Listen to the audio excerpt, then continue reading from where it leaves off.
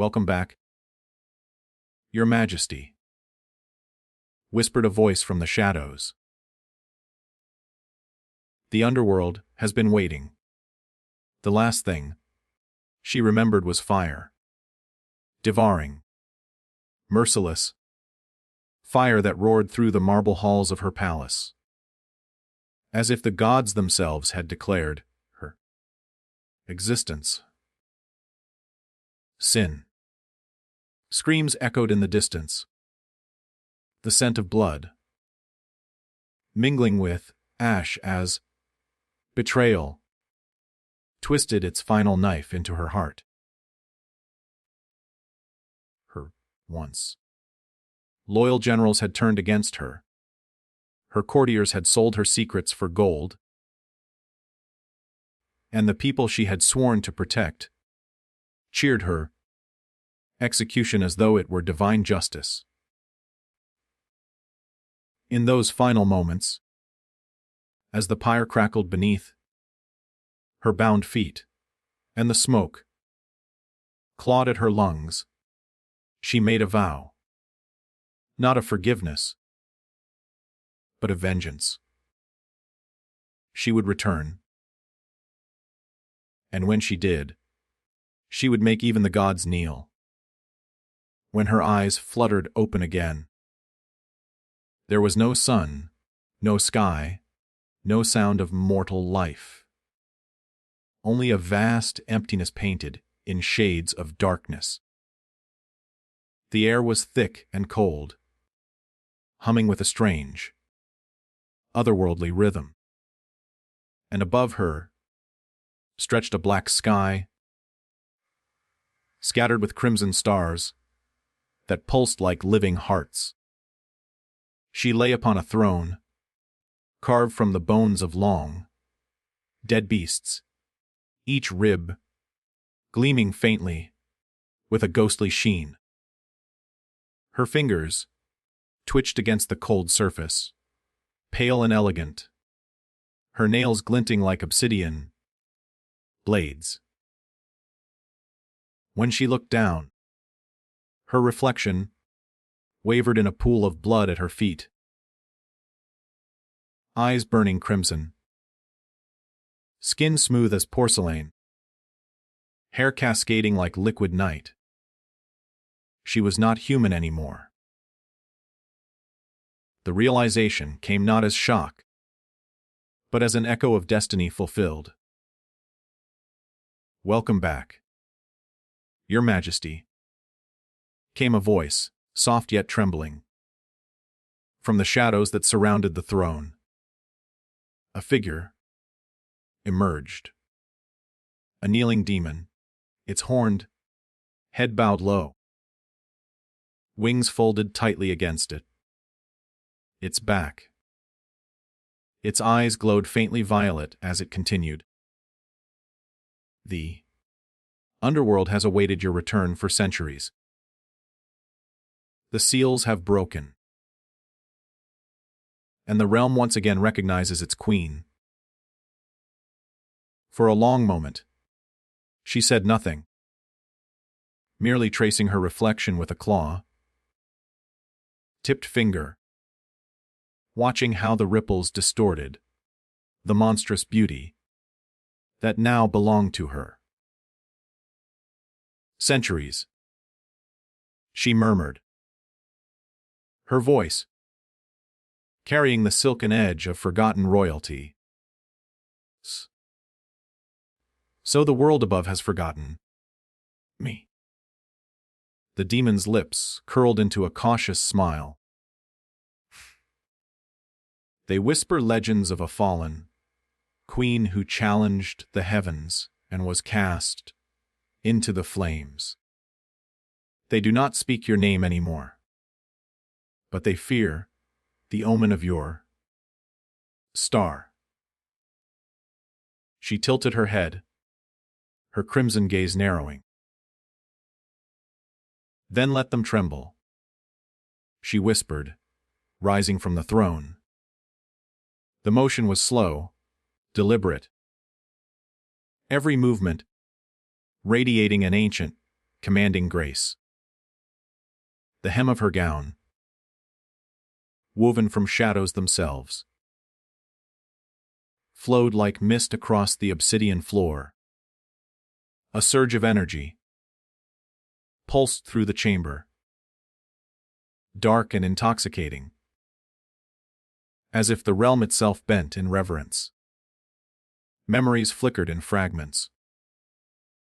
Betrayal, pain, the betrayal of her most trusted knight. The kiss of death on her skin.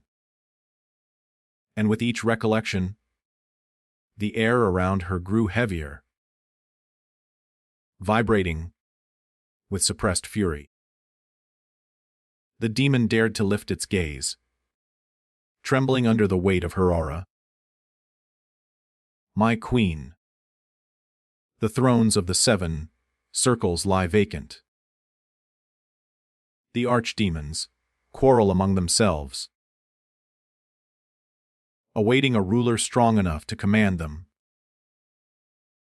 The mortal realm grows weak, its kings drunk with pride, its saints corrupted by gold. The time of reclamation has come. She smiled. A cold, beautiful thing. Then the gods have grown lazy, she said. And heaven, it seems, has forgotten fear. As she descended from her throne, black fire erupted beneath her feet, forming a path of molten light. The walls of the great hall shifted, revealing murals of her past. A mortal queen born from war, crowned by blood, and destroyed by treachery. But now those same murals shimmered, twisting into visions of her future. A devil queen reborn from death, destined to shatter the heavens. Tell me, she asked, her tone deceptively soft. Who remains loyal to me? The demon hesitated, then replied, Few remember your true name, my queen, but your sigil has survived in whispers. The cult of the Crimson Moon Guards, the relics of your reign in the mortal world. And below, in the abyss, the old army sleeps, awaiting the call of your blood. Her smile deepened. Then let them wake. Let the world remember why it feared the Devil Queen. She lifted her hand, and a dark sigil burned into the air. A crimson crown, encircled by black flames. The very air shuddered, rippling outward, like a scream muffled by eternity. In distant realms, ancient tombs cracked open, forgotten beasts stirred. And somewhere in the mortal world, a priest collapsed mid-sermon as the sky blood red for a single heartbeat. The world had felt her return. Turning back to the demon, she asked, What of the one who betrayed me? The creature froze, its wings trembling. He lives, it said finally, voice barely audible. Reborn in the mortal realm, as a holy knight of the Radiant Order. They call him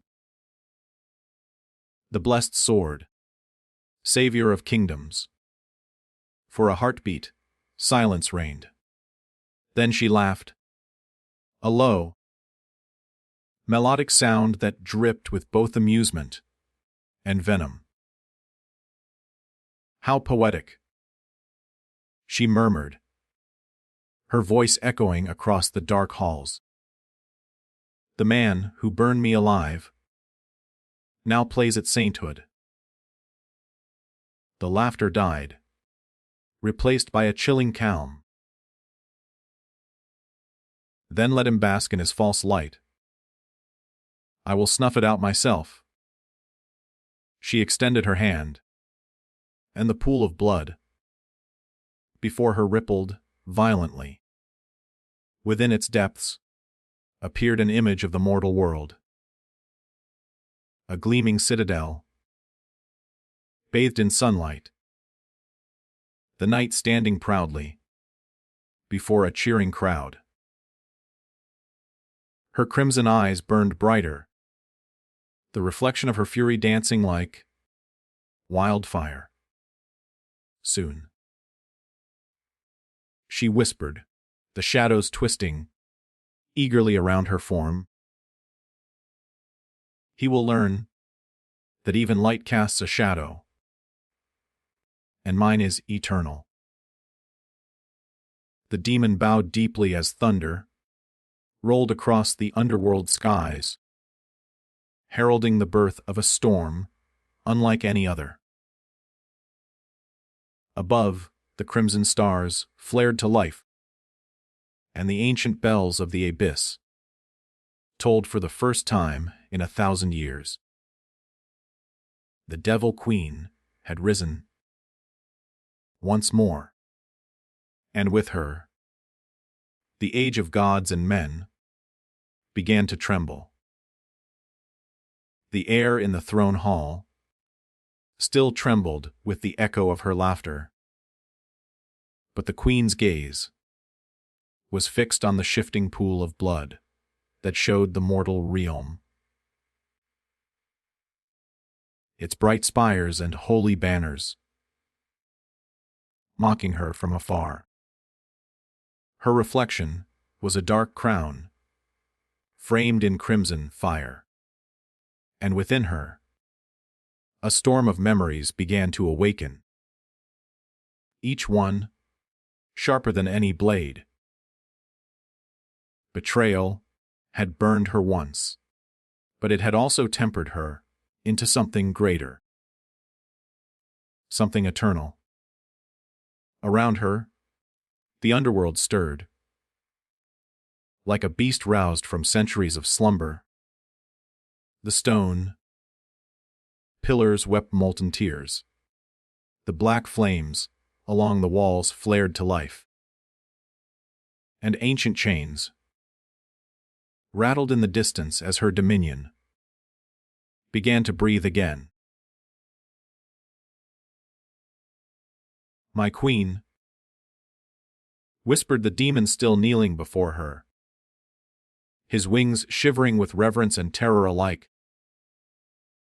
The abyss stirs in your presence. Shall I summon the warlords of the circles to swear their fealty anew? She turned her gaze toward him, her crimson eyes gleaming like twin suns of ruin. No, she said softly, not yet. The dead obey fear, but the living must be reminded why they should tremble. Her hand rose slowly, and with a single motion, the darkness itself bent to her will.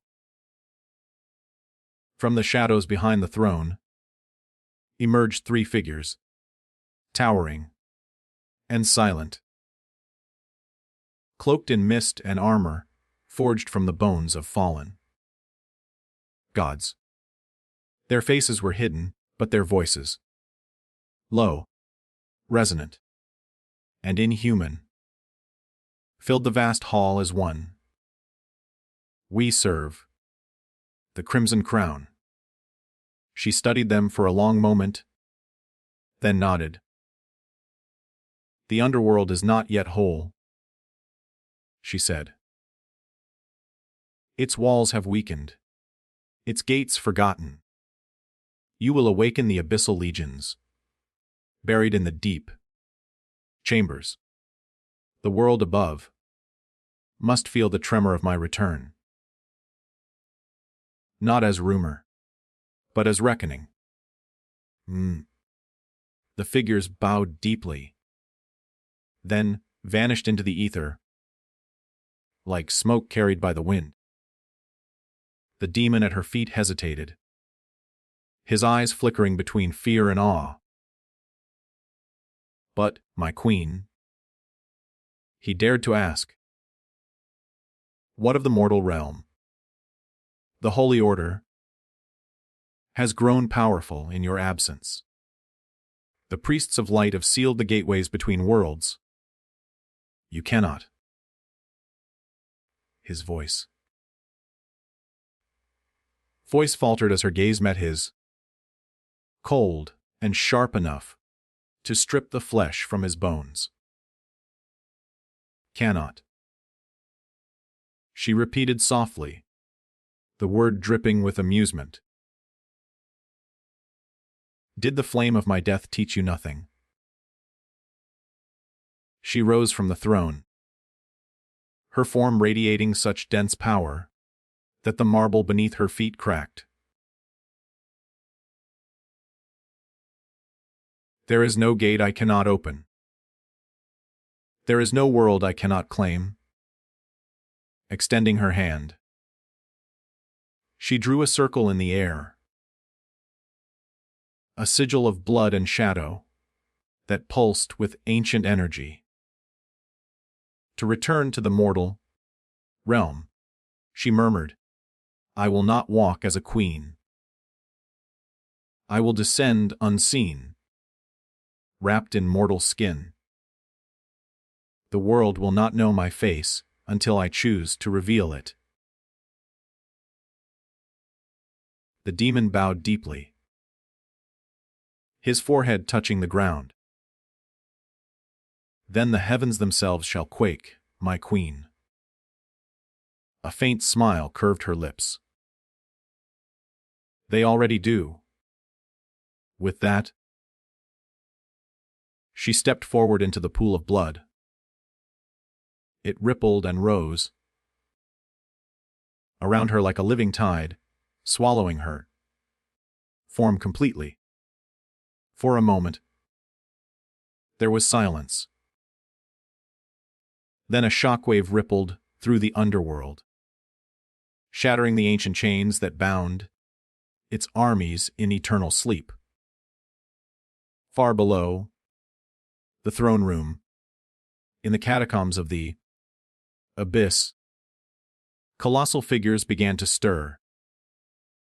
Armor groaned, eyes ignited like embers, and the ground quaked as the legions of the lost began to awaken. After 1,000 years of slumber, the Queen's mark burned upon every soul, a crimson crown that pulsed with unholy command. Meanwhile, in the mortal world, far above the trembling earth, the city of Valerian basked under a radiant sky.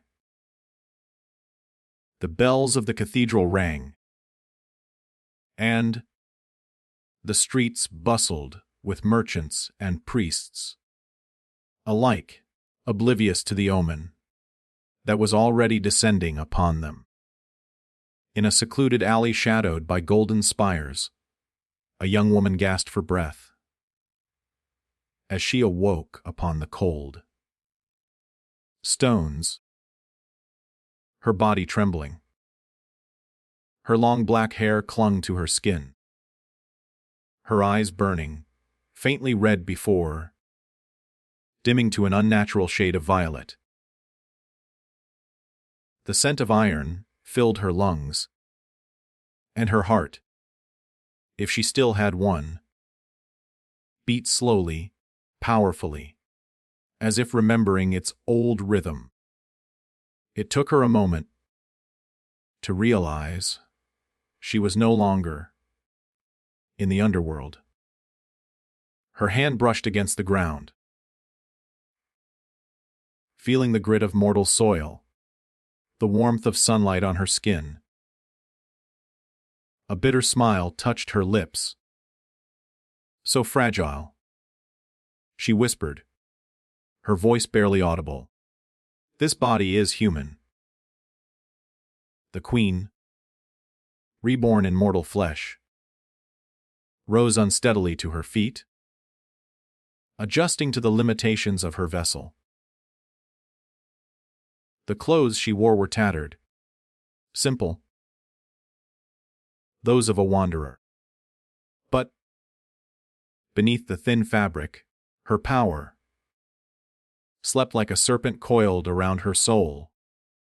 She looked toward the distant cathedral, whose bells still sang, and murmured, "The blessed sword, the Savior who burned me. He resides there, doesn't he?"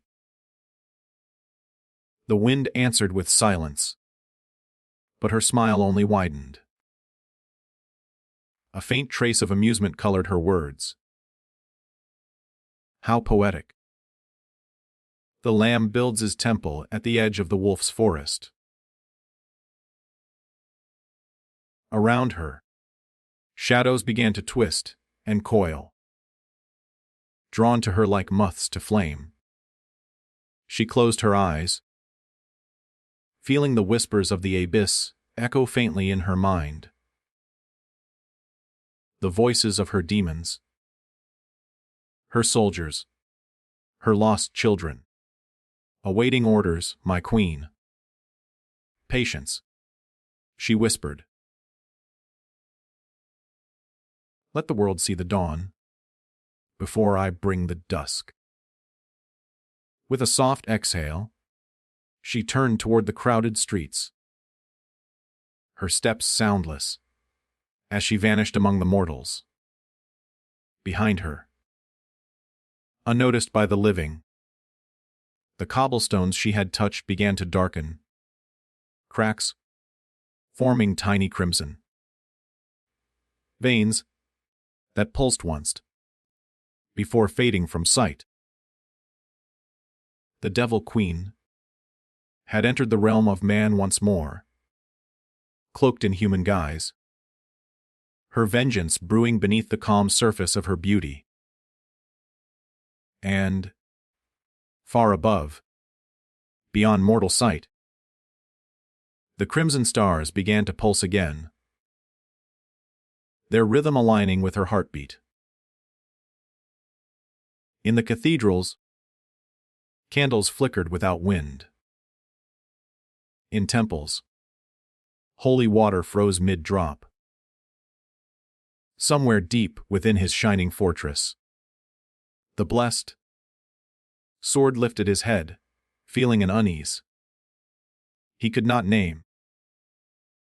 A single whisper echoed through his dreams that night, a voice from the ashes of memory. "Did you think fire could kill me?"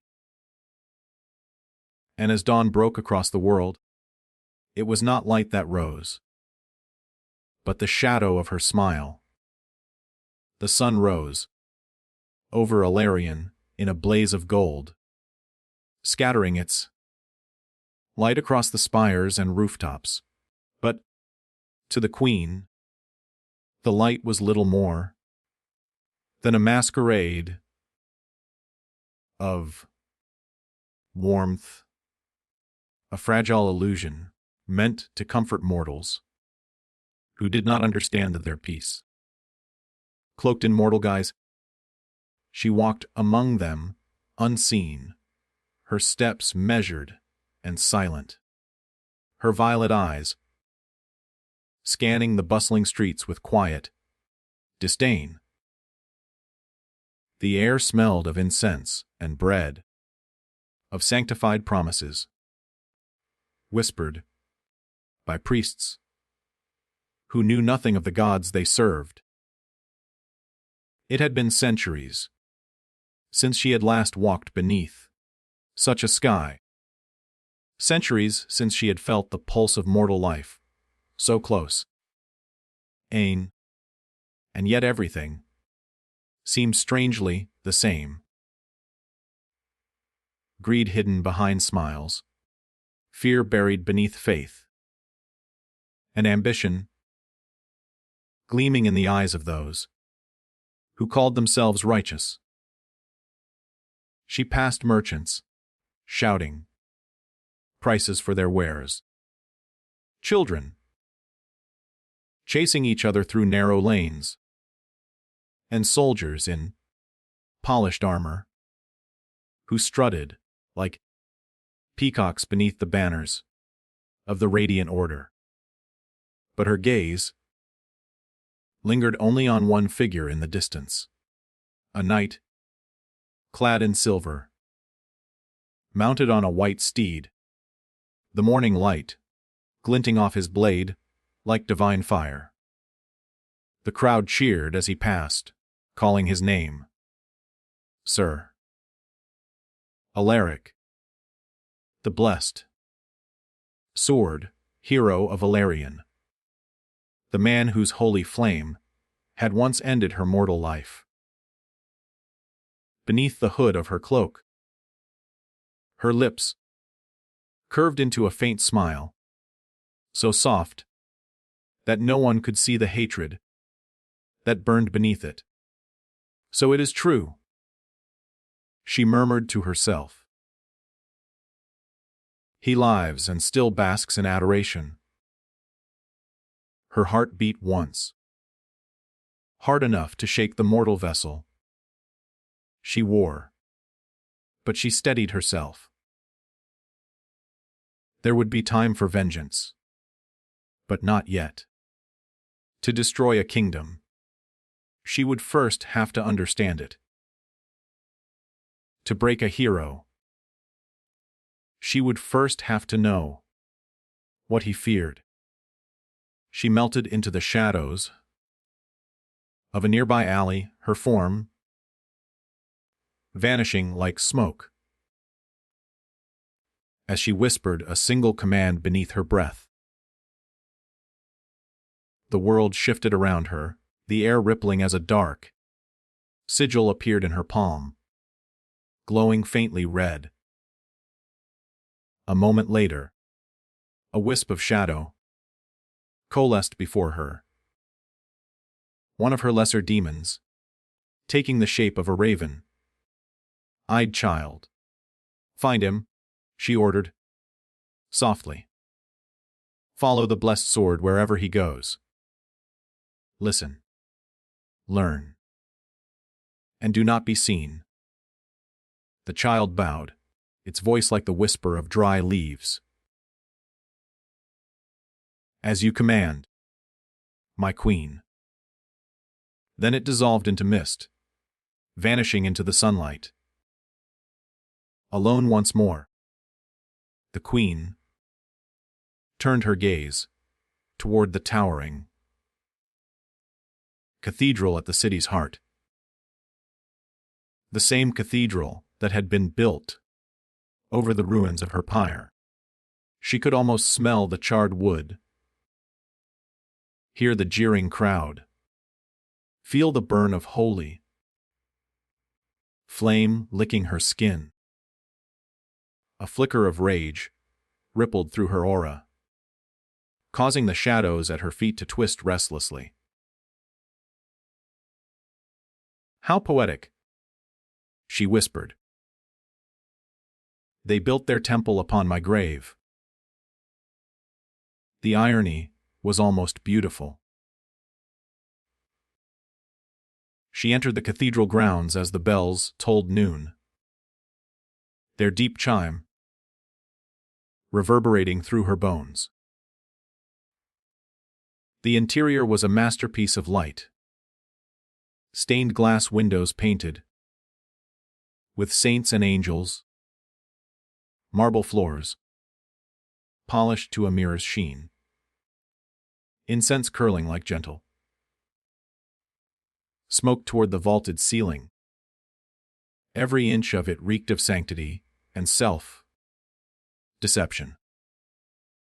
She knelt like the others, feigning reverence as the priests began their chant. Words of light and purity filled the air, and she almost laughed.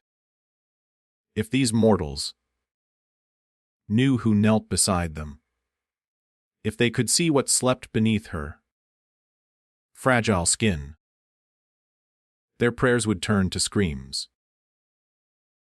But for now, she was content to play her part.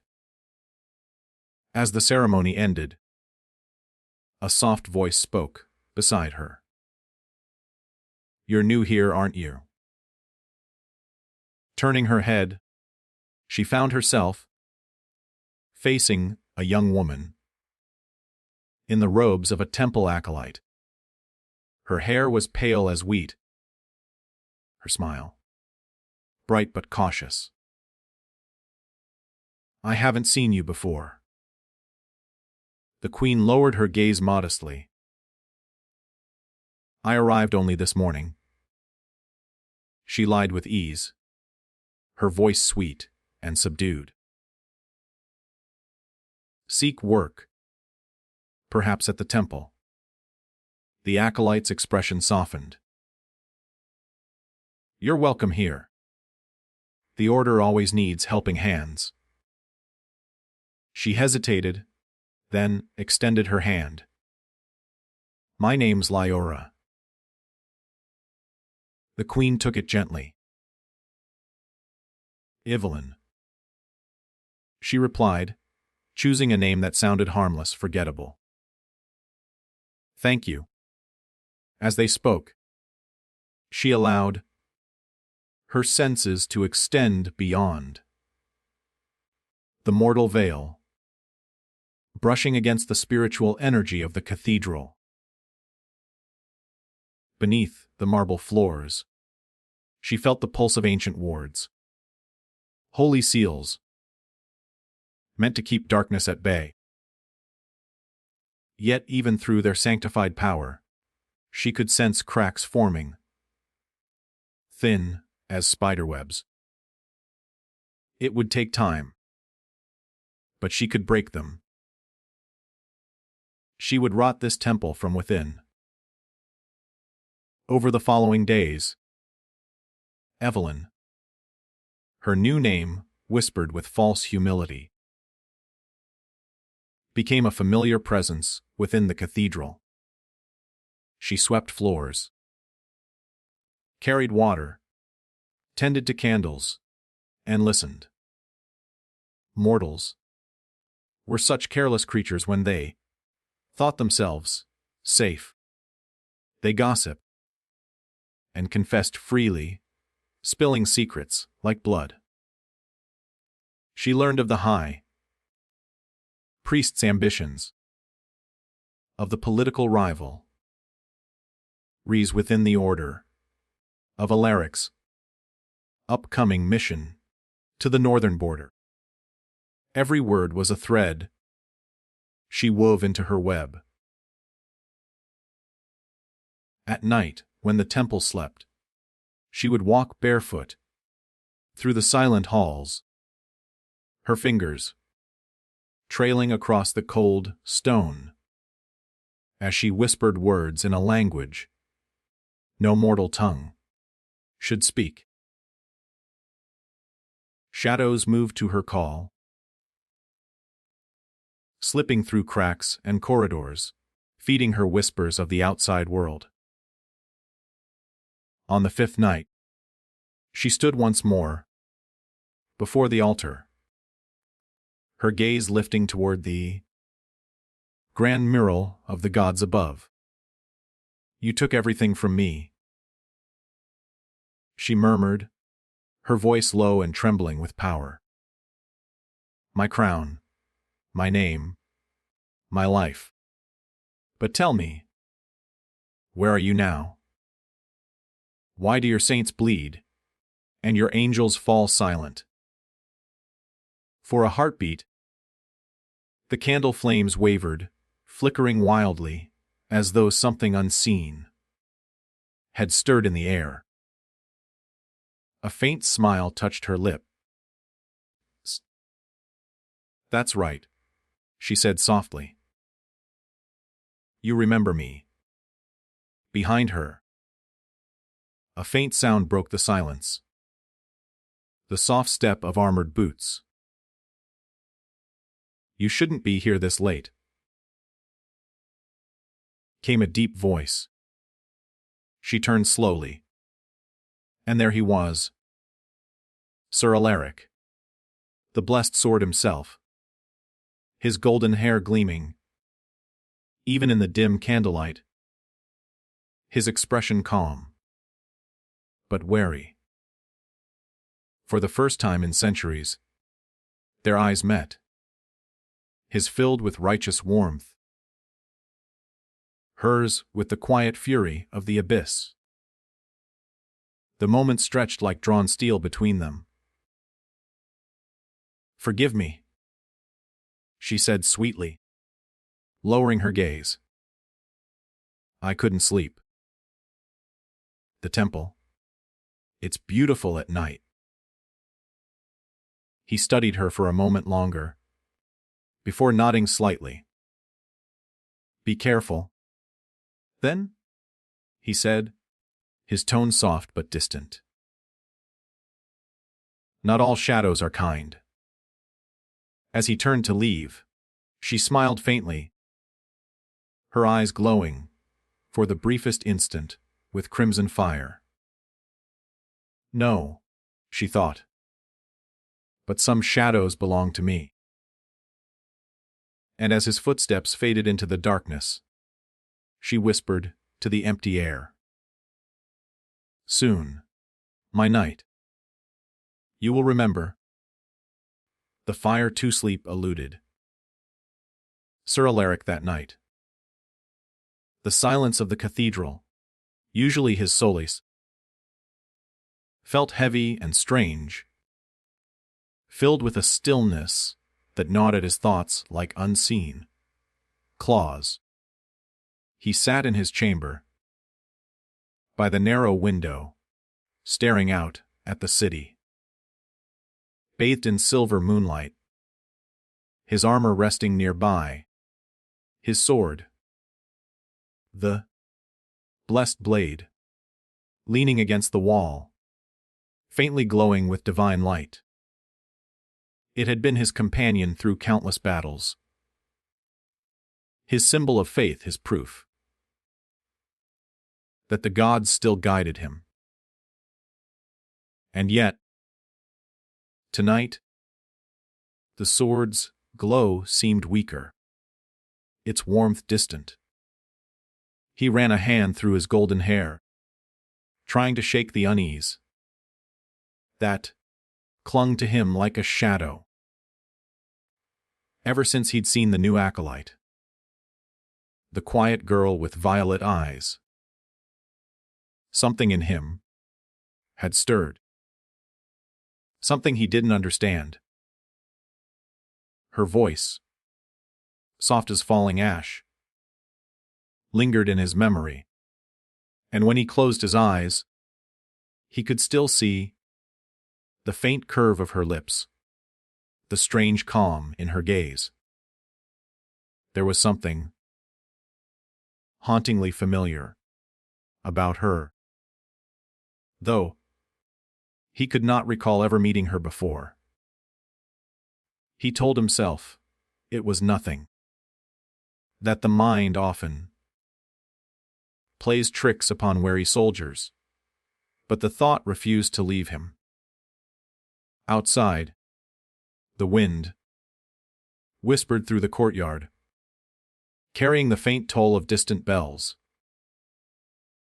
Alaric rose, his movements heavy with exhaustion, and crossed to the altar that stood in the corner of his chamber.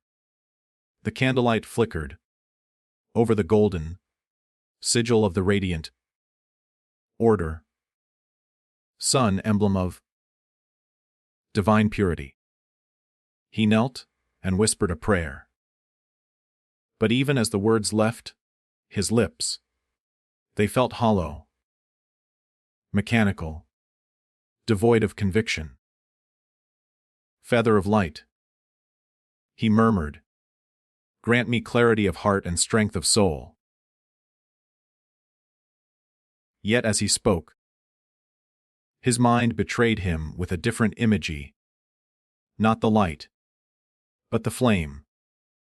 Raging, devouring, red as blood,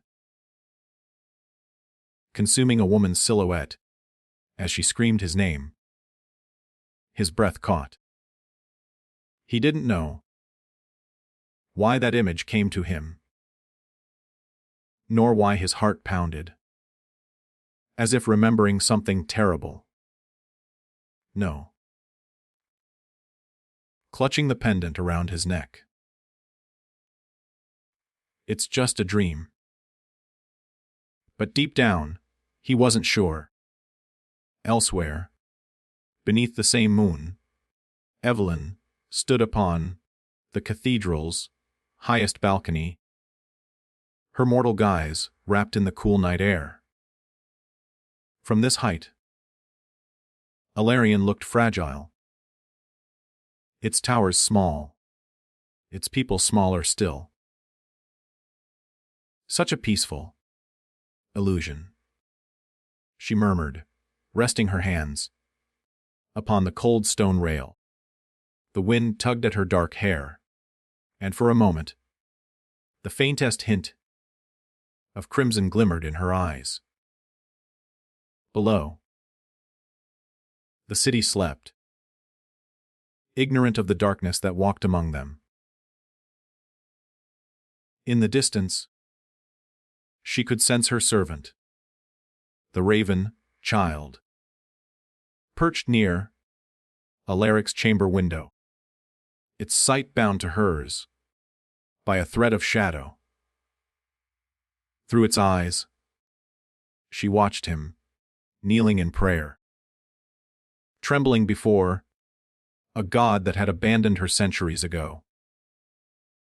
Still clinging to his faith, she whispered, almost tenderly, still a fool. Yet her voice softened as she studied him. The lines of his face, the sorrow in his eyes. He had aged differently. This time, reborn with the same soul, but wrapped in mortal frailty.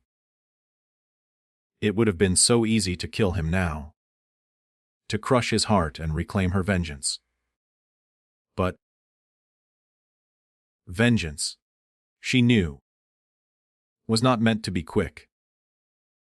It was meant to be felt. She closed her eyes, sending a ripple of her power across the link that bound her to the raven. The bird croaked softly, and within Alaric's chamber, the candlelight dimmed. Shadows lengthened along the walls, like black fingers toward the night. He felt the chill, immediately, the hairs on his arms, rising as the temperature dropped. The flame flickered violently, and for a moment, he thought he heard a voice. A whisper. So faint it might have been the wind. Did you think fire could kill me? His heart stopped. He turned sharply, scanning the room. But there was no one there. Only the wavering candlelight, and his reflection in the polished steel of his sword. But the words lingered, echoing in his mind, sharp as a blade's edge. He gripped his sword, whispering a prayer under his breath. The weapon responded faintly, glowing with a trembling light that barely pierced the thickening darkness. He could feel the air pulsing around him. Alive, watching. Then, as suddenly as it had begun, the presence vanished. The candle steadied. The warmth returned. Yet Alaric remained motionless, his chest heaving. He did not sleep for the rest of the night. When dawn came, he went to the high priest, his expression grim. "Something stirs," he said. "I felt it last night. A shadow in my chamber." It spoke. The high priest frowned, his jeweled hands tightening around his staff. "A test, perhaps," he said. "The enemy grows restless when light shines brightest. Do not waver, Sir Alaric. The gods favor you." But even as the priest spoke, Alaric saw a flicker of unease in the old man's eyes, as though he too had felt the tremor. Later that day, as the knights assembled for their morning prayer, Alaric caught sight of Evelyn again. She stood near the back, posture humble, her face serene. When their eyes met, she smiled faintly, a polite, harmless smile. And yet his heart faltered, the same unease returning. Something about her felt ancient, powerful, and deeply wrong, though he could not say why. She lowered her gaze demurely and passed him without a word. Her scent, faintly of jasmine and smoke, lingering behind her. He watched her go, the world around him seeming to blur for an instant. And in that blur, he saw another image. A throne of bone, a crown of fire, and eyes that burned like his nightmares. He blinked, and it was gone. "Are you well, Sir Alaric?" asked one of his comrades.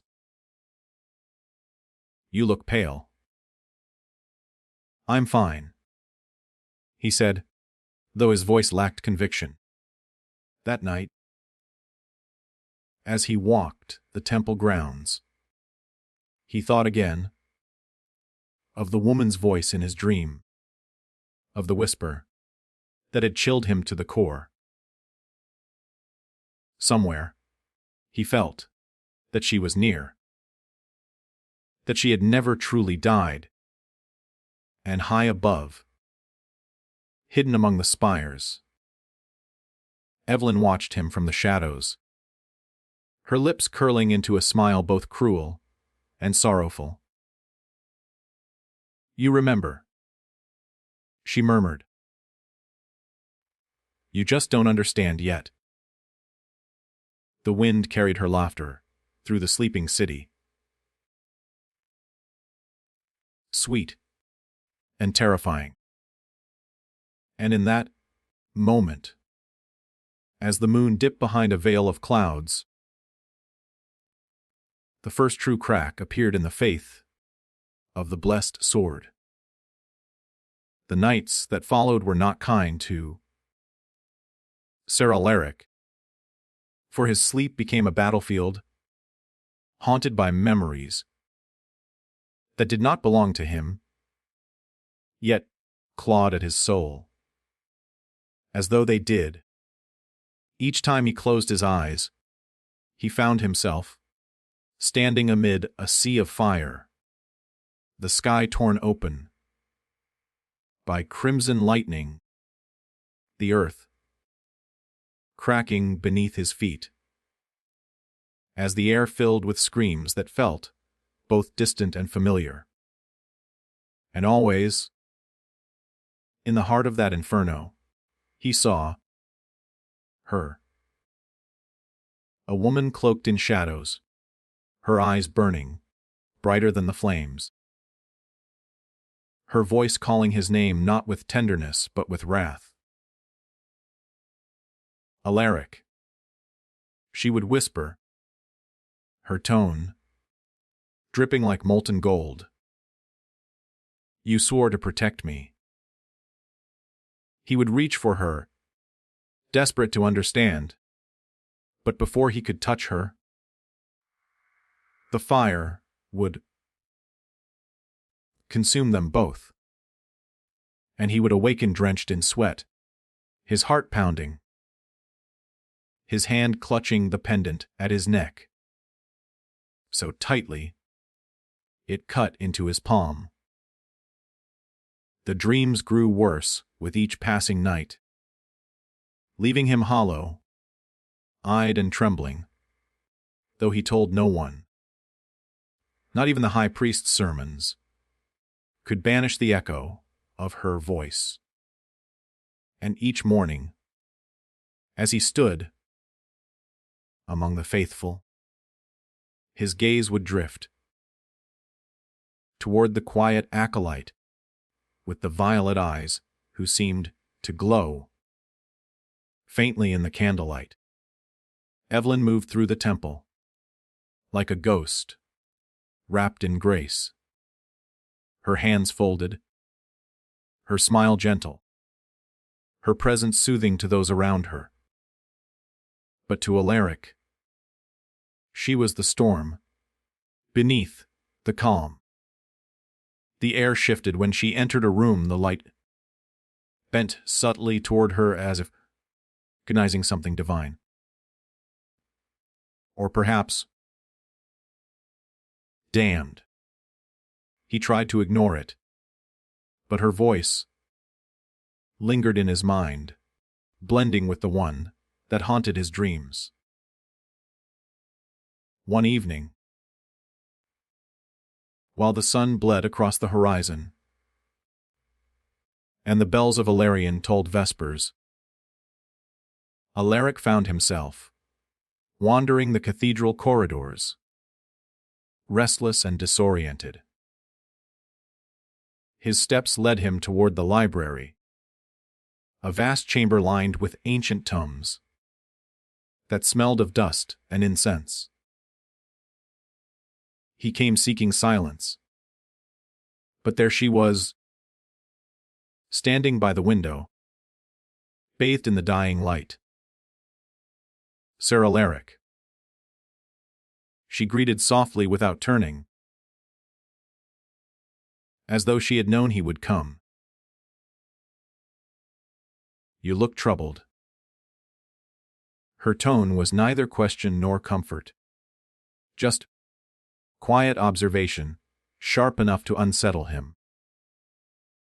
I've been dreaming, he said, unsure why he was speaking to her at all.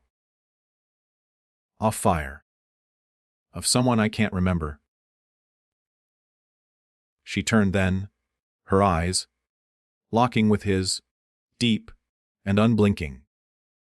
Dreams are not always lies, she said. Sometimes they are memories we've buried too deep. The words struck him like a blade. You speak as though you know, he murmured. I do. She smiled faintly and reached for one of the books beside her, running a delicate hand along its spine. There are stories here, old ones, about gods who fell and mortals who rose to take their place. Tell me, Sir Alaric, do you ever wonder what it means to be chosen by the light? Whether the gods you serve are worthy of your devotion? Unease creeping into his chest. Faith is not about worth, he said automatically. It's about trust. Trust, she repeated, tasting the word like poison. And if that trust were betrayed, if your gods demanded you burn an innocent soul for their glory, would you still call it faith? Her voice grew softer, sadder. but her eyes gleamed with something far older than sorrow. Alaric stepped back, his throat dry. "Who are you?" he asked, though part of him already knew. She tilted her head, her smile both tender and cruel. "Someone you once swore to protect," she whispered. The world seemed to tilt. For a heartbeat, he saw her not as the acolyte, but as the woman from his dreams, the Devil Queen, crowned in flame. Her eyes, twin stars of damnation. He stumbled back, gripping his sword. But when he blinked, she was only Evelyn again, calm and serene. I must go," he said, turning away, his voice shaking. "Of course," she replied, her tone almost kind. "But remember, Sir Alaric, truth hides best in the light." Her laughter followed him down the hall, soft and echoing, and when he reached his chamber, he found the candle already lit, its flame burning black. He froze, staring at it, as the shadows danced across the walls. The whisper came again, gentle as silk. "You burned me once. Will you do it again?" His knees nearly gave out as he clutched his head, memories flickering like shattered glass. His hands gripping a torch, a crown tumbling into ash. The sound of a woman's scream merging with his own sob of regret. He saw himself standing before a pyre, his armor gleaming with divine light, his blade raised not in battle, but in judgment. And at the center of the flame, chained and broken, was her, the Devil Queen, her gaze fixed upon him with fury and heartbreak intertwined. "I trusted you," she had said, "and you called it duty." The vision vanished, leaving him gasping. The candle's flame steadied, its color returning to gold. But the mark it left upon his mind did not fade. He sank to the floor, trembling. "What have I done?" he whispered to the empty room. Across the city, high within the cathedral tower, Evelyn stood before a mirror of obsidian, watching his torment unfold like a performance crafted for her amusement. "So you begin to remember," she murmured, her reflection twisting into the visage of her true self. Horns faintly visible, eyes glowing with infernal fire. "Every doubt, every crack in your faith, I will widen until your God himself denies you." Yet beneath her words, there was something unspoken, something almost fragile, a flicker of the woman she had once been, the one who had loved him before betrayal had turned her heart to stone. She closed her eyes, whispering to the darkness, "When you remember everything, my knight, I wonder, will you hate me or yourself?" The mirror pulsed once with crimson light, answering her question with silence.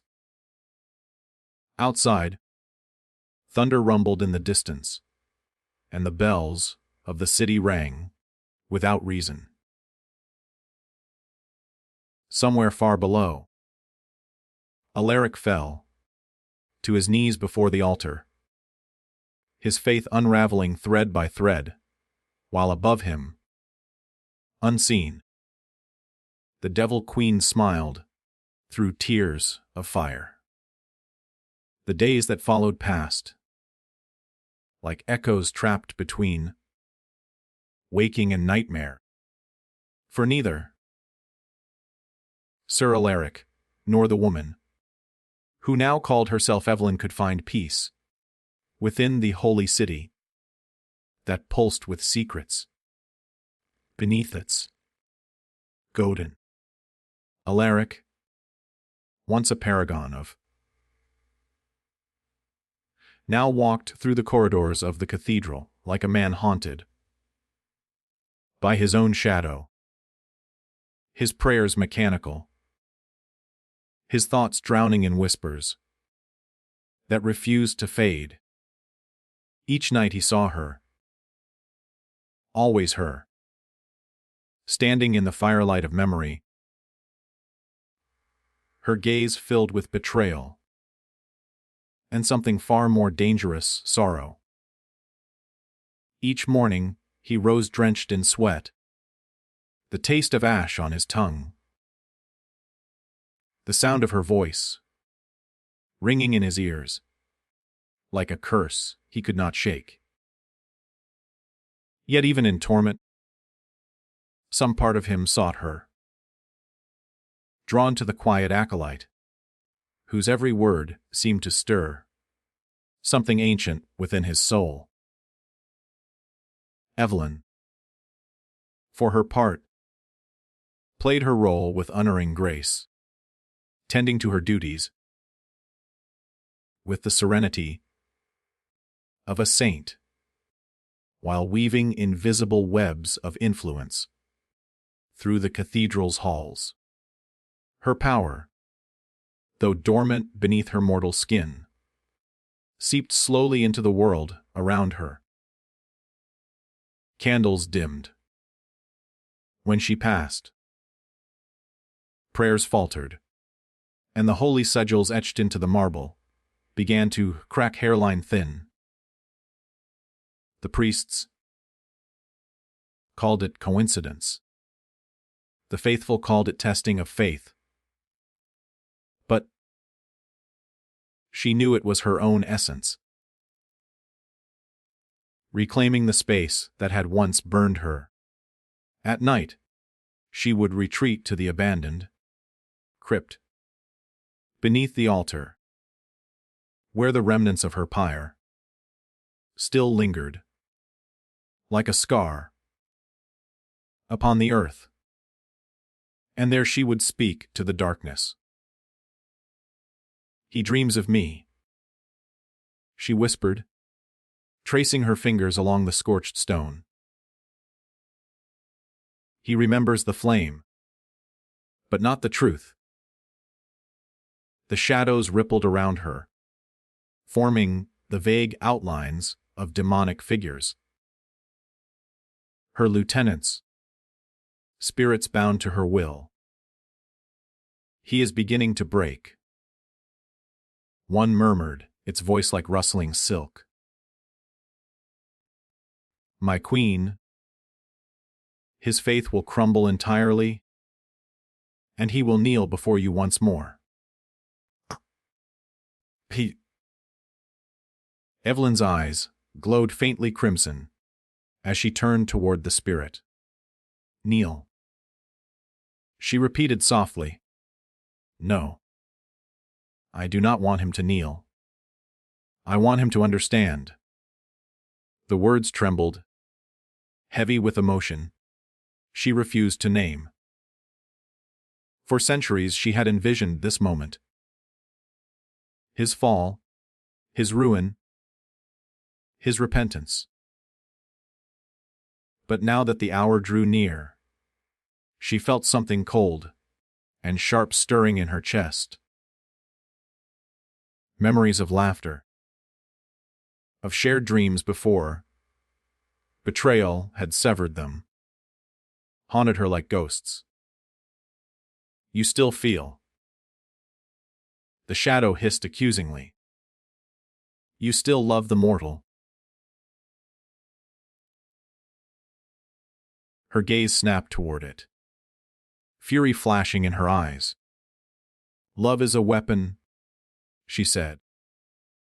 And I will use it until it cuts him as deeply as it once cut me.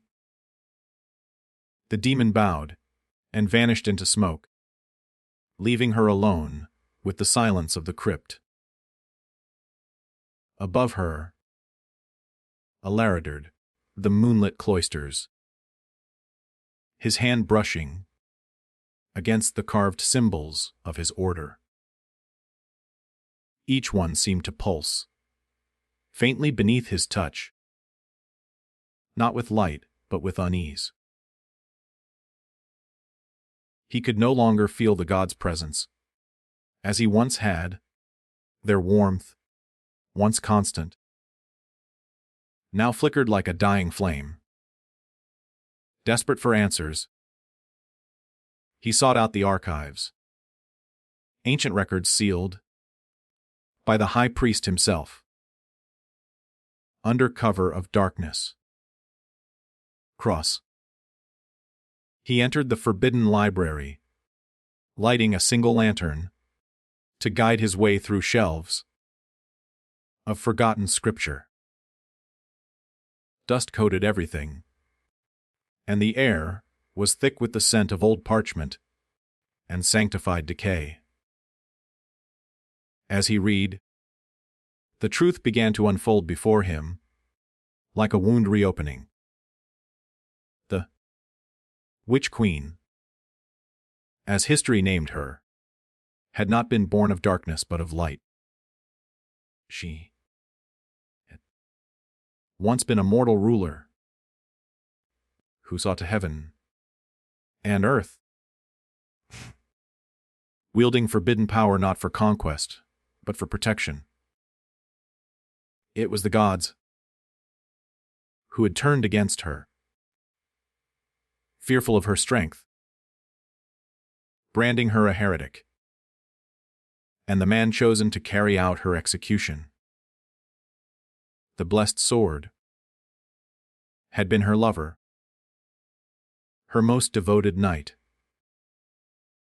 His breath caught as he read the ancient decree, bearing his own past name, a signature he did not remember writing, but recognized all the same. I killed her, he whispered, his voice breaking. By their command. The weight of it crushed him to his knees, tears spilling freely as his faith crumbled beneath the truth. The gods had lied. He had been their blade, and his righteousness had been murder. As he wept, the lantern flickered, and a familiar scent filled the air, smoke and jasmine. Now you see, came her voice, soft and close. He lifted his head, and she stood before him in the dim light, her mortal disguise slipping, just enough for the faint shimmer of horns to crown her brow. You, he breathed, his voice trembling. It's true then. You are her. She stepped closer, her eyes glowing faintly, filled not with rage but something deeper. You burned me, because they told you I was evil. You killed me, in the name of the light you worshipped. Tell me. Alaric, does your God whisper to you now? He lowered his head, shame washing over him like a tide. I didn't know, he said. I thought I was saving souls. You were saving yourself, she replied, her tone cutting yet mournful. You feared what you did not understand. And so did they. He looked up at her, tears still burning his cheeks. Then end it, he said quietly. If vengeance is what you came for, take it. I won't resist. For a long moment, she said nothing. The room was still except for the sound of their hearts. One mortal, one divine, beating out of sync, yet bound by history's cruel rhythm. Finally, she reached out and touched his face, her fingers cold and trembling. No, she said. Death is too merciful. I want you to live with what you've done. I want you to remember every scream, every flame, until the gods you serve choke on your prayers. But, as her words left her lips, a single tear slipped from her eye, falling onto his hand like a drop of blood. The contact burned them both, a spark of memory igniting between them. Visions of the past, rushing back in an instant. Laughter in the garden, a promise beneath the moon, a kiss before battle. For a heartbeat, she was no devil queen, and he was no holy knight. They were simply two souls bound by love and tragedy. Then the vision shattered. She pulled away, her expression hardening once more. The next time we meet, you will no longer be their chosen, she said. You will be mine. With a whisper of shadow, she vanished, leaving him alone among the ruins of his faith. Alaric knelt in the dark, staring at the ancient scrolls scattered around him, and for the first time in his life, he did not pray. Above, the crimson stars burned brighter, and in the depths of the underworld, the legions of the Devil Queen began to sty. The dawn that followed was not a beginning, but an unraveling. For when the bells of Valerian tolled to greet the rising sun, they did not announce hope. They screamed of betrayal. Sir Alaric stood before the altar of the grand cathedral, his armor tarnished, his faith in tatters, and his hands trembling as the high priest's voice echoed through the sanctuary, like the judgment of the gods themselves. You have defiled the sacred archive, the priest thundered, his eyes alight with fury and fear. You have spoken with the heretic reborn, and allowed the shadow to touch your soul. You are no longer of the light, Sir Alaric. You are excommunicated. The words struck him harder than any blade could, though a part of him had expected them. He met the priest's gaze, and, for the first time, there was no submission in his eyes, only quiet defiance. Then perhaps, he said, his voice hoarse but steady, it was never the light that I served. The gasp that followed rippled through the ranks of knights and acolytes, like a storm wind. But Alaric did not stay to hear their murmurs. He turned and walked from the cathedral, his boots echoing against the marble floor, his shadow long and dark beneath the stained glass that no longer reflected divine colors, but the crimson hue of dawn. Outside, the city watched him in silence.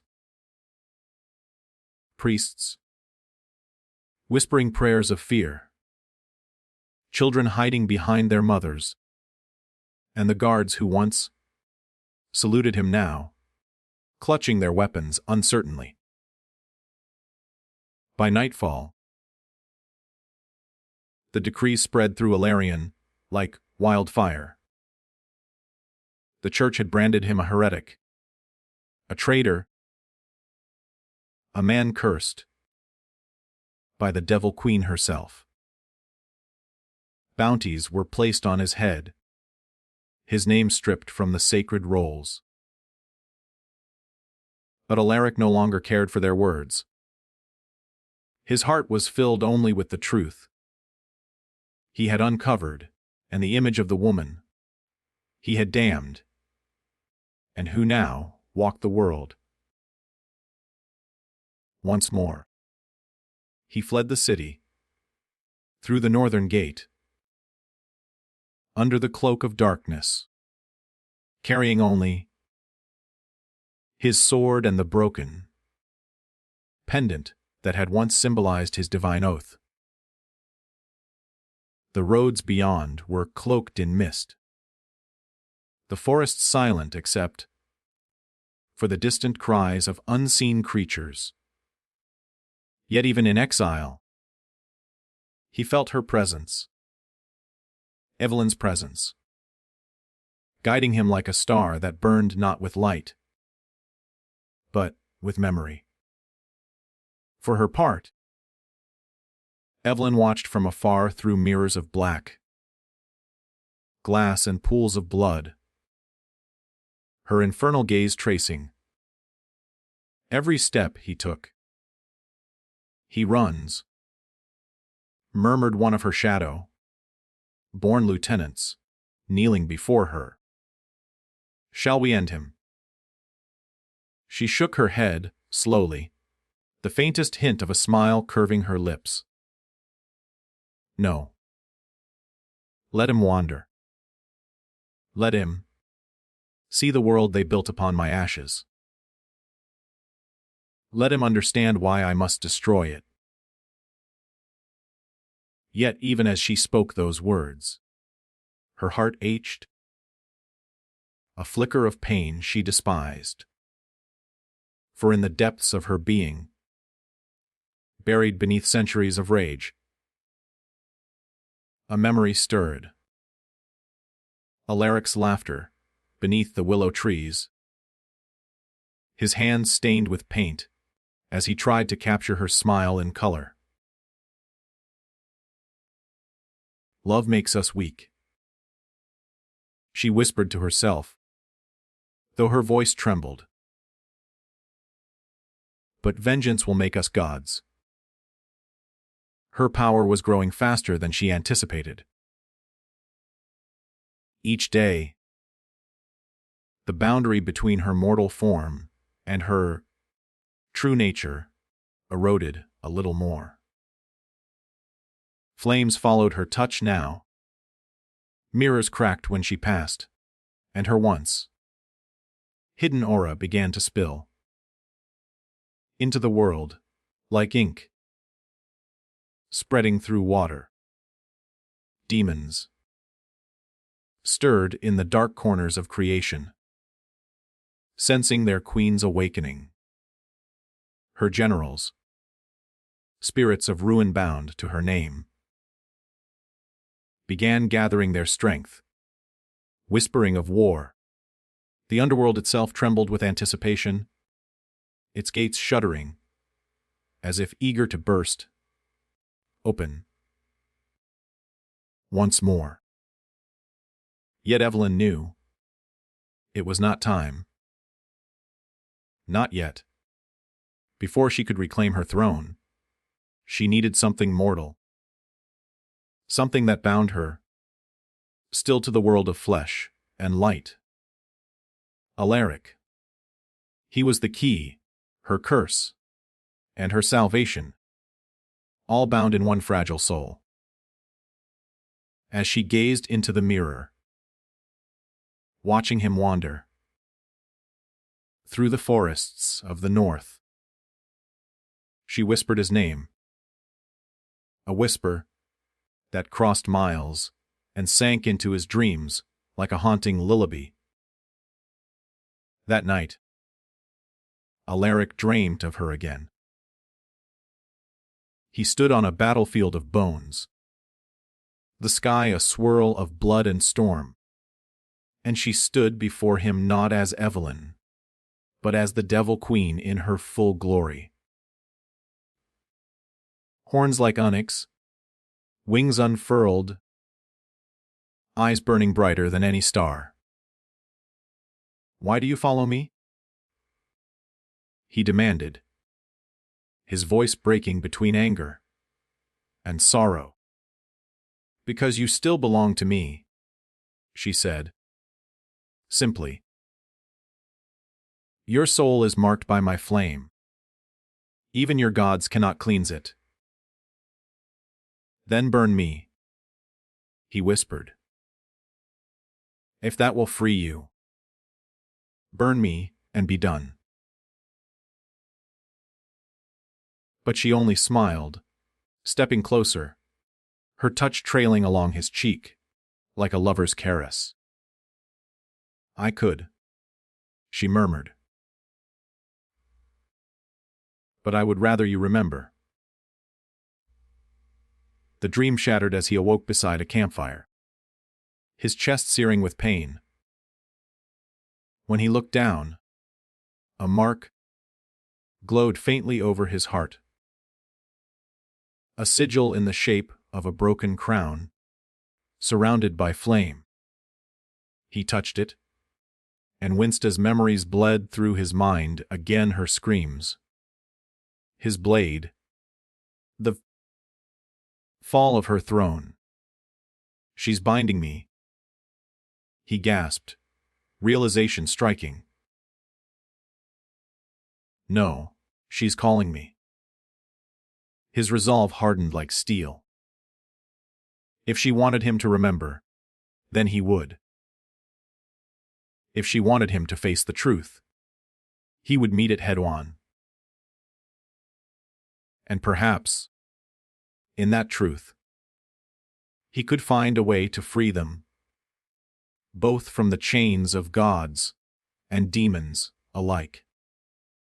Meanwhile, in the heart of Valerian, the high priest knelt before the holy altar, whispering to unseen forces. "She rises again," he hissed, his voice trembling with fear. "The Devil Queen has breached the mortal veil." From the shadows behind the altar, a cold voice replied, "Then summon the Seraphim order. The light will not yield its dominion easily." The holy flames dimmed as if recoiling from the words, and a chill spread through the sacred halls.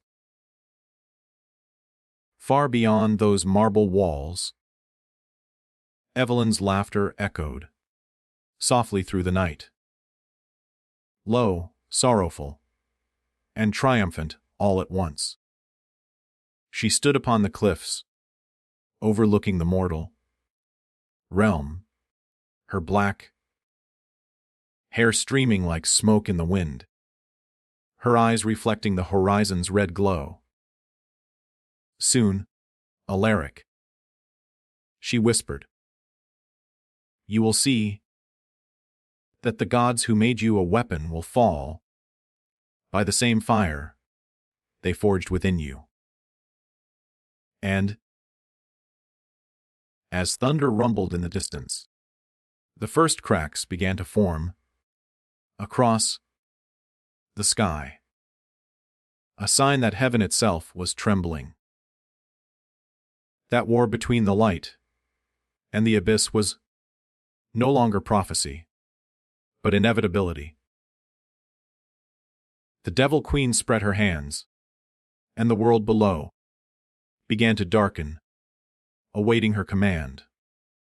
The storm broke on the seventh night, tearing through the heavens with a roar that shook mountains and split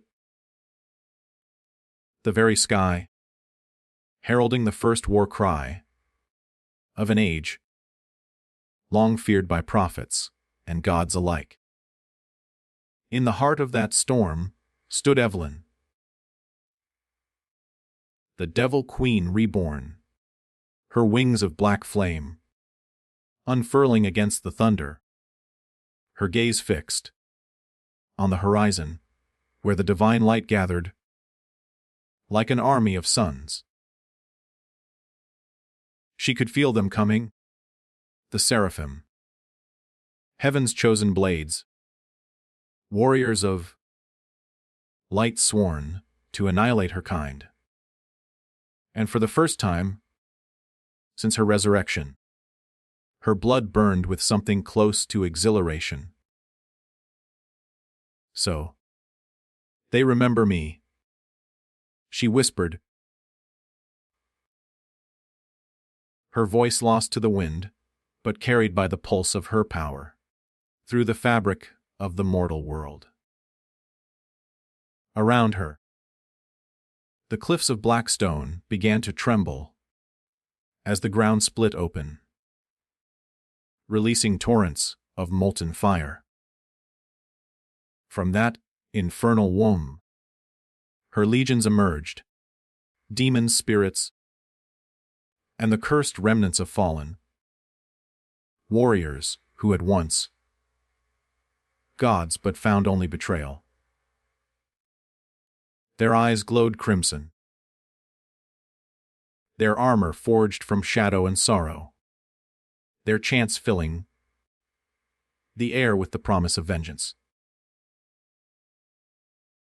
Yet even as they assembled, Evelyn's thoughts strayed to the man wandering the forests beyond the storm, burdened by a destiny neither mortal nor divine.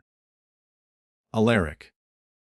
He was both her curse and her salvation, and she hated that his name still lingered on her tongue like a prayer she could not forget.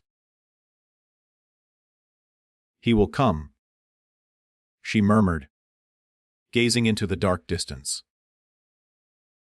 Whether by choice or by fate. And indeed, he was coming.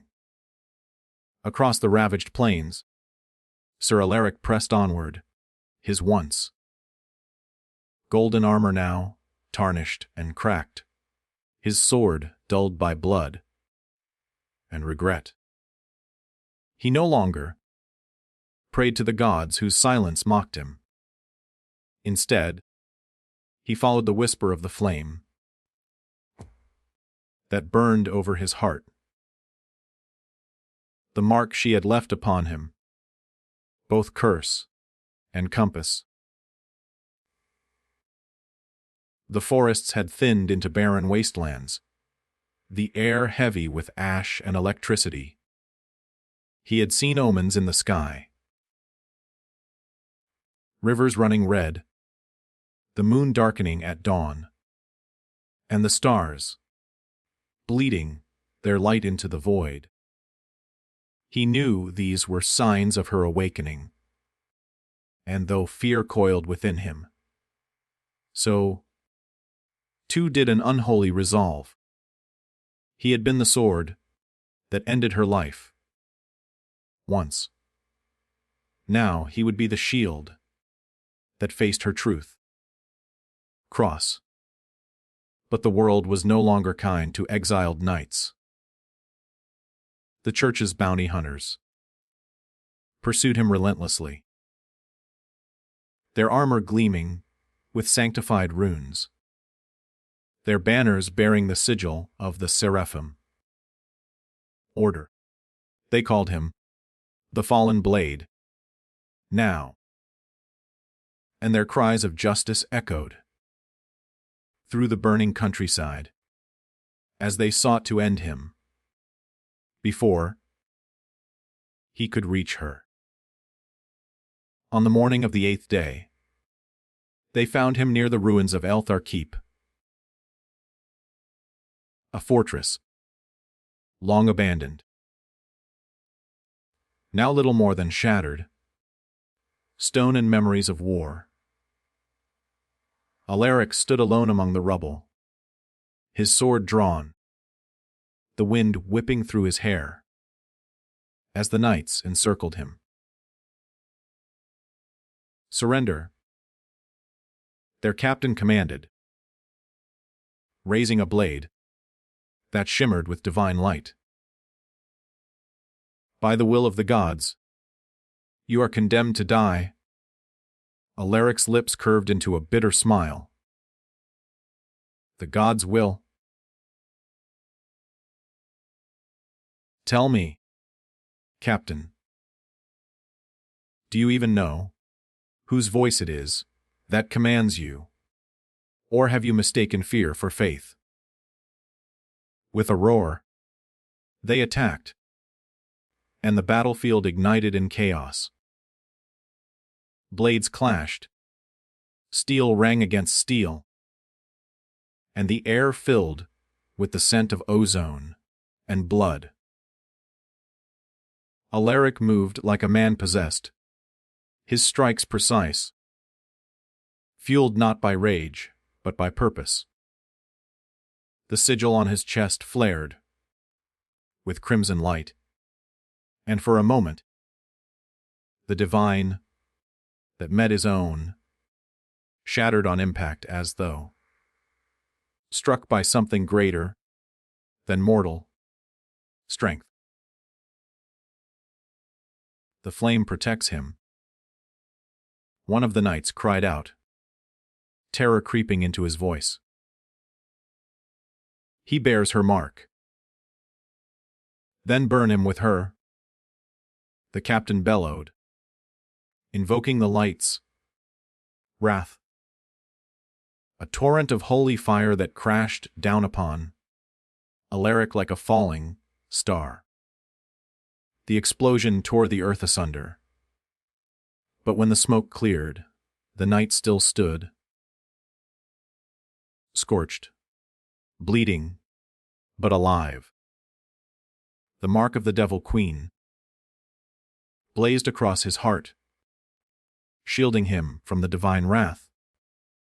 And for the first time, he understood. Her curse was not a chain. It was armor. Her fire was within him now, and it would not be extinguished. As the surviving knights fled in horror, Alaric collapsed to his knees, gasping. The air shimmered, and before him appeared her reflection. Evelyn, cloaked in darkness, her expression unreadable. You should not have survived that, she said softly. And yet here you are. You saved me. He rasped, meeting her gaze. Why? Because you still owe me, she replied, her eyes narrowing. You still have a role to play. A pawn's role, he asked bitterly. Or a weapon's? Her silence was answer enough. The vision faded, leaving only the echo of her voice. The war begins at dawn. Alaric rose, gripping his sword. Then I'll be there, he whispered. When the dawn came, the sky was no longer blue, but crimson, painted with the wings of angels descending in radiant formation. The Seraphim army had arrived. Thousands of divine soldiers wreathed in light. Their leader a towering figure clad in silver armor, his eyes burning with holy fury. Lucian, Evelyn hissed, recognizing the archangel, who had once passed judgment upon her. You come to finish what your god could not. You are an abomination. Lucian thundered, his voice shaking the heavens. Your existence defiles the balance. Today we cleanse creation of your stain. Evelyn laughed, a sound like breaking glass and music intertwined. Cleanse. You mean destroy. That is all your kind ever learned to do. She raised her hands, and the ground erupted with infernal power. Her legions surged forth, colliding with the divine host. In a cataclysm of fire and light, the battlefield became a storm of chaos. Angels and demons, locked in a dance of annihilation, their cries shaking the very fabric of reality. At the center of it all, Evelyn and Lucian clashed, their power splitting the sky itself. Flames met lightning, shadow met light, and each strike sent shockwaves that rippled through both heaven and earth. But amid the chaos, a lone figure emerged from the smoke. Alaric, sword in hand, his armor cracked, his eyes alight with both mortal fury and infernal fire. He stood between them, his voice cutting through the roar of war. Enough! He shouted. This isn't salvation. It's madness. Both turned toward him, their power momentarily still. You cannot stop what has begun, Lucian said coldly. Then I will die trying. Alaric replied, his voice steady. Evelyn's gaze softened. For the briefest instant, the faintest whisper escaping her lips. You always did. The battlefield froze as thunder split the horizon, and the first drops of crimson rain began to fall, tears of heaven, heralding that the true war, the one written in prophecy and blood, had only just begun. When the crimson rain finally ceased, silence fell upon the battlefield like a shroud, heavy and suffocating, blanketing the ruins of what had once been the sacred plains of Vereth. Angels lay broken, their wings darkened by soot and blood. Demons dissolved into mist that stank of sulfur and sorrow. And in the heart of the devastation stood Evelyn, the Devil Queen. Her flames dimmed, her breath uneven, her gaze fixed upon the lone figure who had not fled, who had not turned away, even when heaven itself trembled. Alaric. The world around them burned. Yet in that infernal glow, the two stood still, bound by a history that neither mercy nor hatred could erase.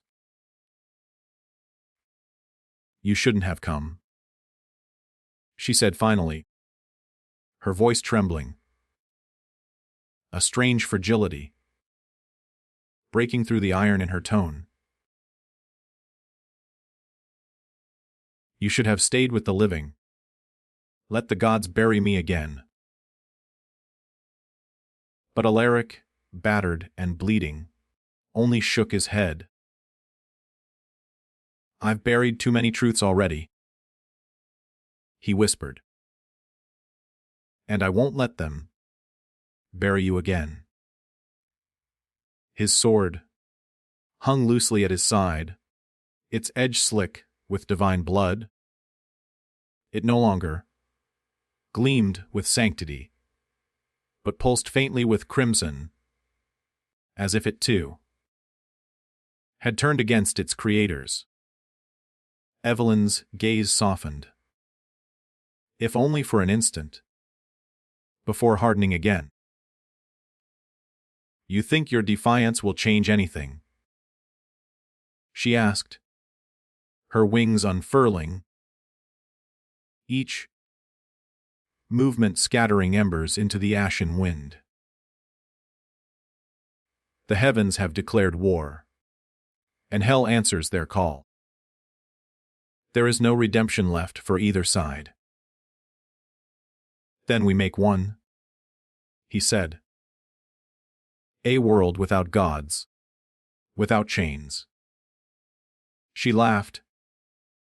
Low, hollow, the sound of a woman who had once dreamed of peace and found only betrayal.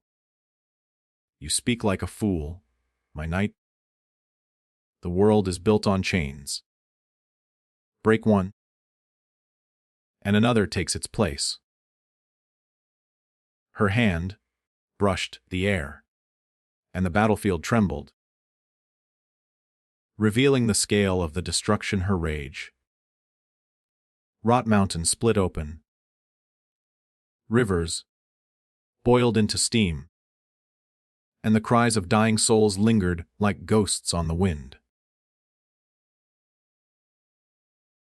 Look around you, she said bitterly. This is what freedom costs. Alaric's eyes met hers, steady and unyielding. A freedom costs blood. Then I'll bleed until the world runs dry. For a moment, she almost believed him. She almost saw the man he once was. The knight who had sworn to protect her not because of faith, but because he saw the humanity beneath her crown.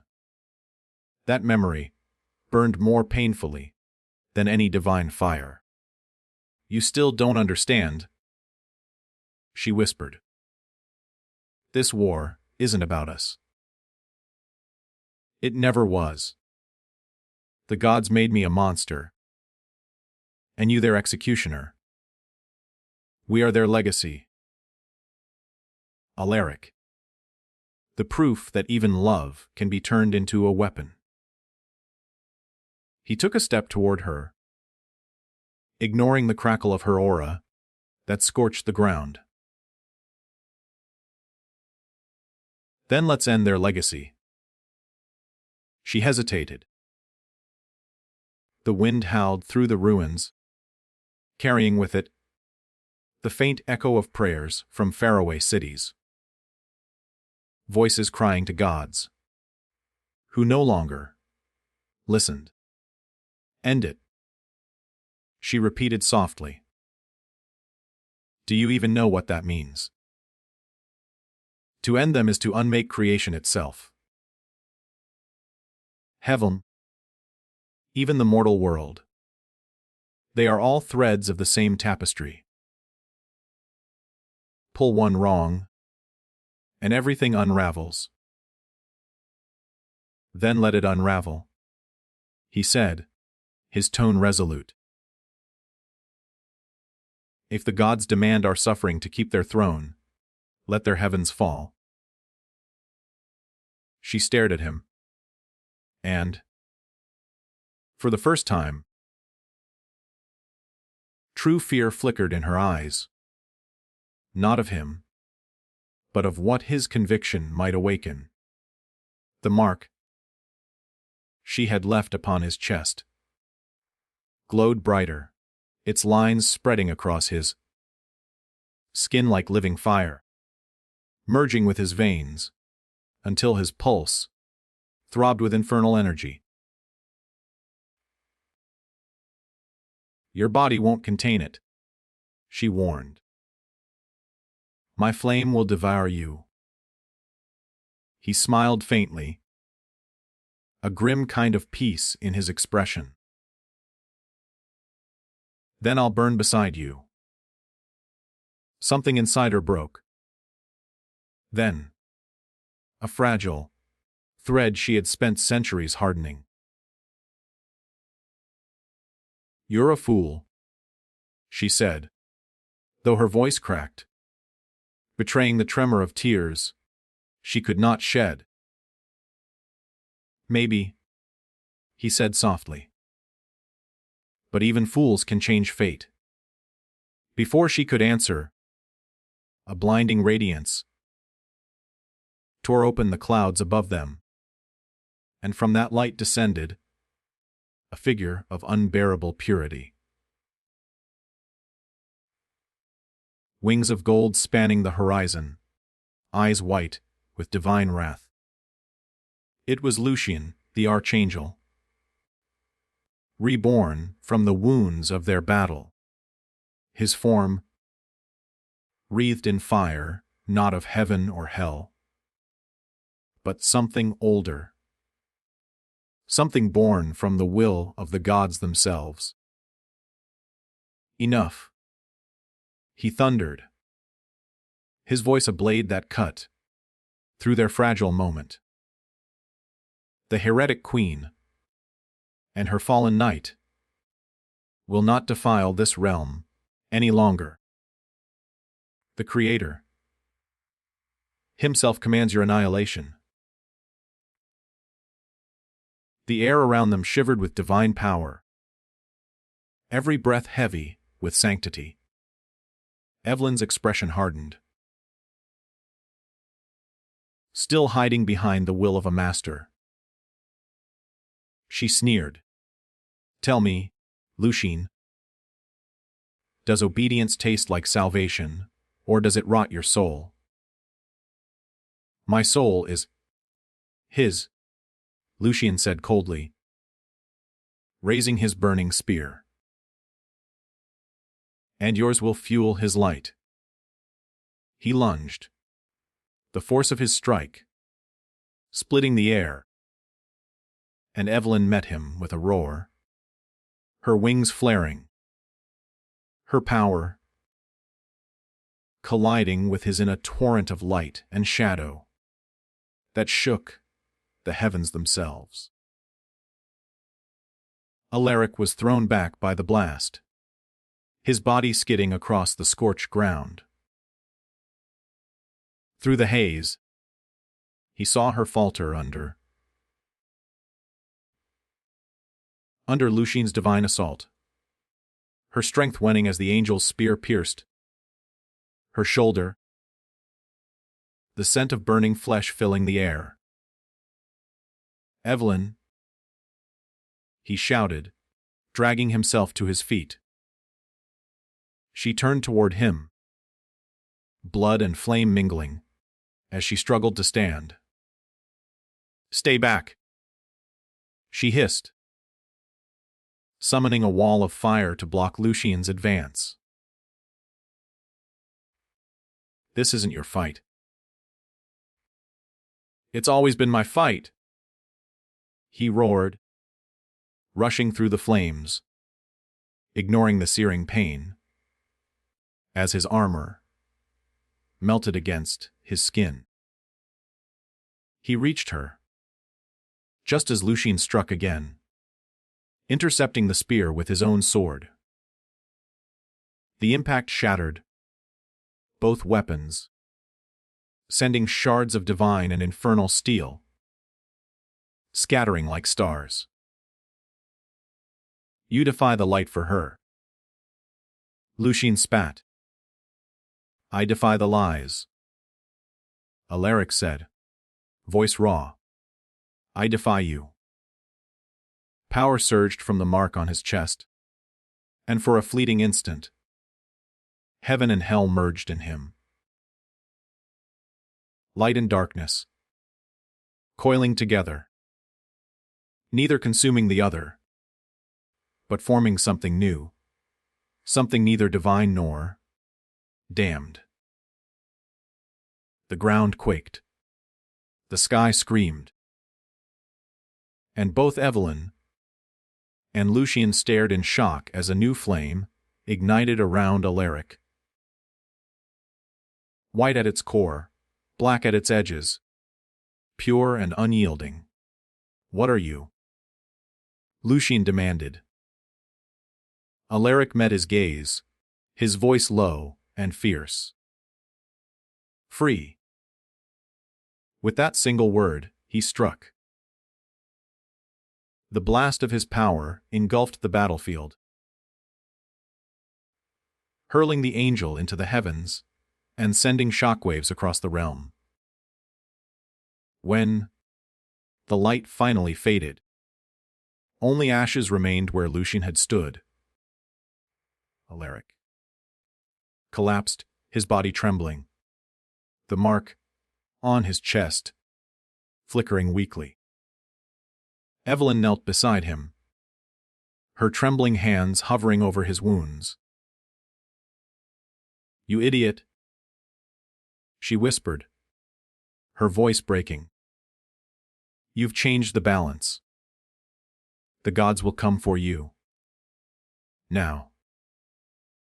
He smiled faintly, his vision fading. He murmured, "I'm done kneeling." As his eyes closed, Evelyn felt a strange warmth flood through her, his flame merging with hers, binding their souls beyond the reach of heaven or hell. She looked toward the sky, where the clouds had begun to part, revealing not light, but endless, formless shadow. "The gods stir," she said softly, her expression unreadable. "And the age of faith ends tonight." Her wings spread, black fire burning anew. And as she lifted Alaric's unconscious body into her arms, the first cracks appeared across the heavens. Somewhere, far above, the gods awakened and trembled.